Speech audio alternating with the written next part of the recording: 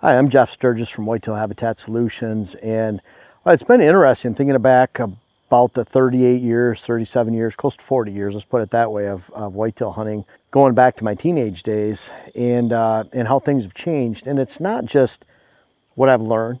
You know, I've learned to be more patient, for example, learned to hunt a lot by the weather. I've learned that sitting on the couch sometimes does equal a lot more deer because you tend to hunt smarter, more strategically, picking your times.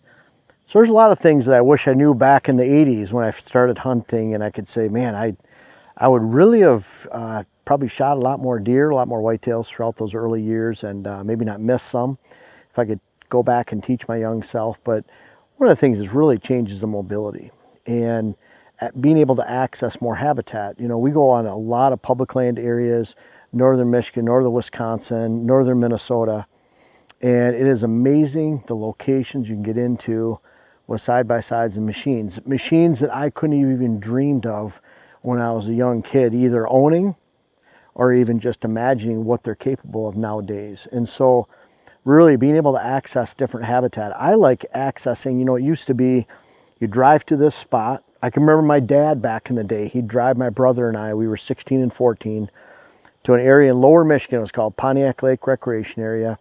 He'd drive us to a spot, he would sit in the car, and my brother and I would go explore. We thought we were Daniel Boone. We would just go out, look for deer, but that's what we had. We didn't have anywhere else we can go. I think we had a little four-door, little Chevette type car.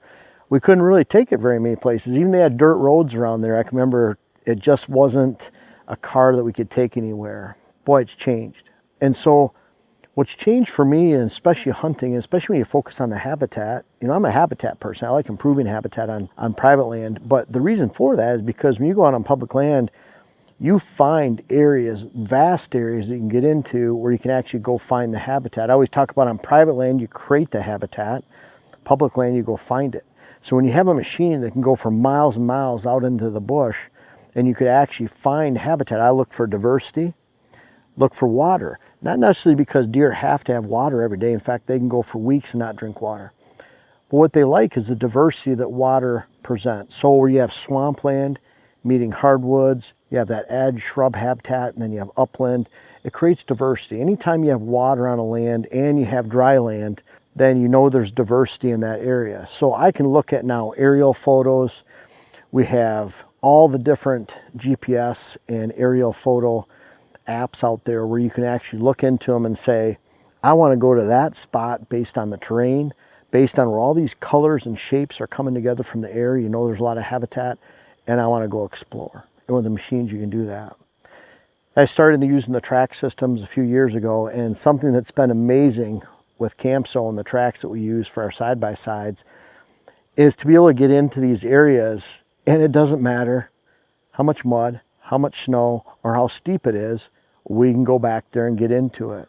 So areas that I couldn't even take my side-by-side before, and I'm even looking at my private land here, there's areas we explore all winter long.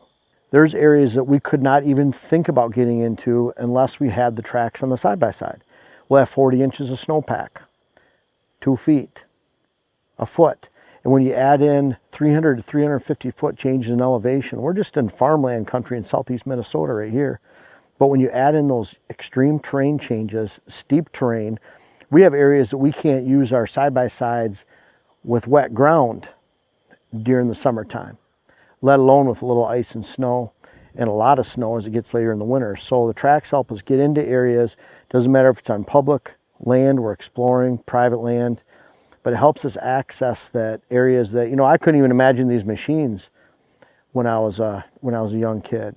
But to be able to imagine these machines with track systems and be able to go anywhere and everywhere, as long as you have some kind of trail for the most part, then it's just amazing. And one thing I'll finish with, what's really changed when it comes to deer hunting and being able to access is, you know, I'm getting older now. Obviously, I've been hunting close to 40 years, so that shows my age a little bit. But I notice the aches and pains a little bit more.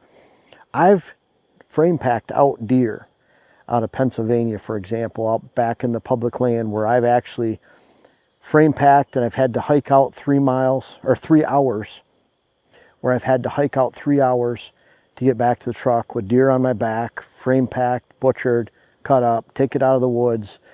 And it's just, you know, I could still do that. We might even do that again this year. We're hunting Pennsylvania the end of November out in those same hills.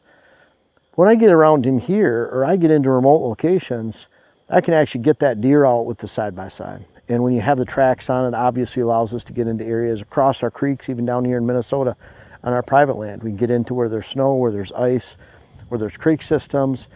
We can cross, we can get back into these areas where we could have, of course, never imagined when we were a kid, and it really saves us on deer retrieval. So that allows me to look at it like before, I'd say, man, if I shot this deer and it's going down in that valley, I'm really in trouble because I'm going to have hours to get it out. I'm probably going to need some help. I have to cut it up, get it out of there.